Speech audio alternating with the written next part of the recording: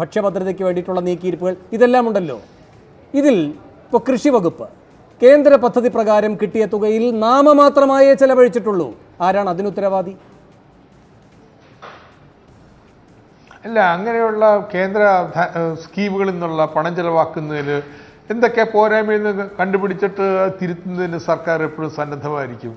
അത്തരത്തിലുള്ള വിമർശനങ്ങളൊക്കെ സ്വാഗതാർഹമാണ്. അതുകൊണ്ട് കാര്യമില്ല. എങ്കിലും ശരി, ശ്രീ ബെന്നിയിലേക്ക് ആദ്യം താങ്കൾക്കൊരു എതിർ ചോദ്യമുണ്ട്, പിന്നെ രമേശിനും, അത് കഴിഞ്ഞാൽ താങ്കൾക്ക് പിരിയാം മിനിസ്റ്റർ. ശ്രീ ബെന്നി ബെഹനാൻ.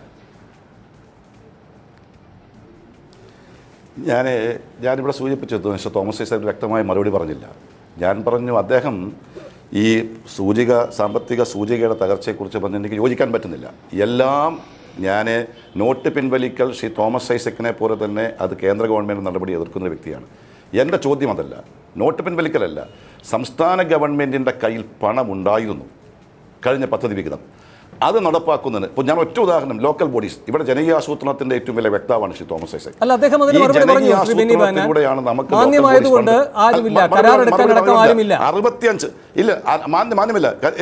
ഇല്ല ജൂലൈ അദ്ദേഹം പറഞ്ഞു, അത് നവംബറിലാണ് വന്നത്.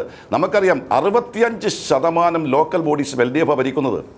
65% ലോക്കൽ ബോഡീസ് LDF ഭരിച്ചിട്ട് പോലും ഇത് നടപ്പാക്കാൻ കഴിയാത്തതുകൊണ്ടാണ്. അത് നടപ്പാക്കാൻ കഴിയാത്തത് കൊണ്ട് അതിൻ്റെ മുഴുവൻ ഉത്തരവാദിത്തം നോട്ട് പിൻവലിക്കൽ തലയിലേക്ക് വെക്കേണ്ട. ഇത് ഈ ഗവൺമെന്റിന്റെ പിടിപ്പുകേട്, നിഷ്ക്രിയമായി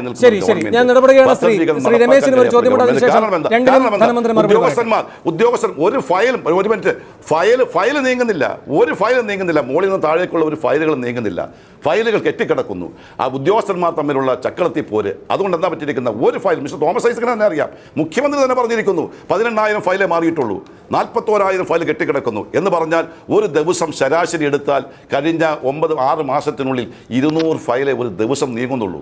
അതുകൊണ്ട് ഈ ഗവൺമെന്റ് എന്ത് പറ്റി? പദ്ധതി വിഹിതം പോലും നടപ്പാക്കാൻ കഴിയാതെ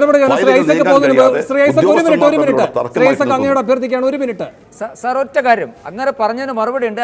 ഹരിരാജ് വേണ്ടി ഞാൻ അദ്ദേഹത്തോട് പറഞ്ഞു. അല്ല, എനിക്ക് അറിയേണ്ടതാണ്, ഇദ്ദേഹം പറഞ്ഞാൽ മതി. 2-3 കാര്യം. ഒന്ന്, അദ്ദേഹം പറഞ്ഞു കേന്ദ്ര ഗവൺമെന്റ് നികുതി വരുമാനം കൂടിയത് പ്രത്യക്ഷ നികുതി നിർദ്ദേശമാണ്. തെറ്റാണ്. അദ്ദേഹത്തിന് അറിയാമല്ലോ, പരോക്ഷ നികുതി ഇനത്തിൽ 24% കേന്ദ്ര ഗവൺമെന്റ് വരുമാനം കൂടിയിട്ടുള്ളത്. ഒരുപാട് സെസ് ഏർപ്പാടാക്കിയിട്ടുണ്ട്.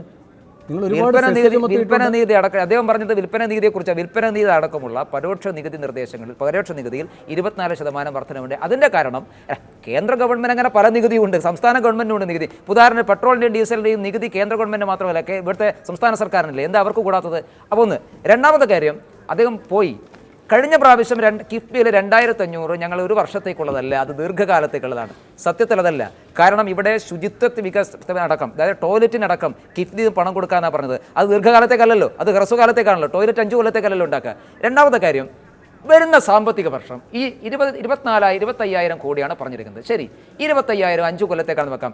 അടുത്ത സാമ്പത്തിക വർഷം കിഫ്ബിയിൽ നിന്ന് പണം കൊടുക്കുന്ന എത്ര പദ്ധതികളാണ് ഈ ഗവൺമെന്റ് മുൻപന്തിയുള്ളത്? ഇപ്പോഴത് പറയണം. ഇല്ലെങ്കിൽ അടുത്ത പ്രാവശ്യം ബഡ്ജറ്റ് അവതരിപ്പിക്കുമ്പോൾ ധനകാര്യമന്ത്രി പറയും ഞങ്ങൾ 5 കൊല്ലത്തേക്കാണ്. 5 കൊല്ലത്തേക്ക് ഒരു സാമ്പത്തിക വർഷത്തേക്ക് കിഫ്ബിയിൽ നിന്ന് നിങ്ങൾ പ്രതീക്ഷിക്കുന്ന നിക്ഷേപം എത്രയാണ്, എത്ര പദ്ധതികളാണ്? അത് അദ്ദേഹത്തിന് പറയാൻ സാധിക്കും.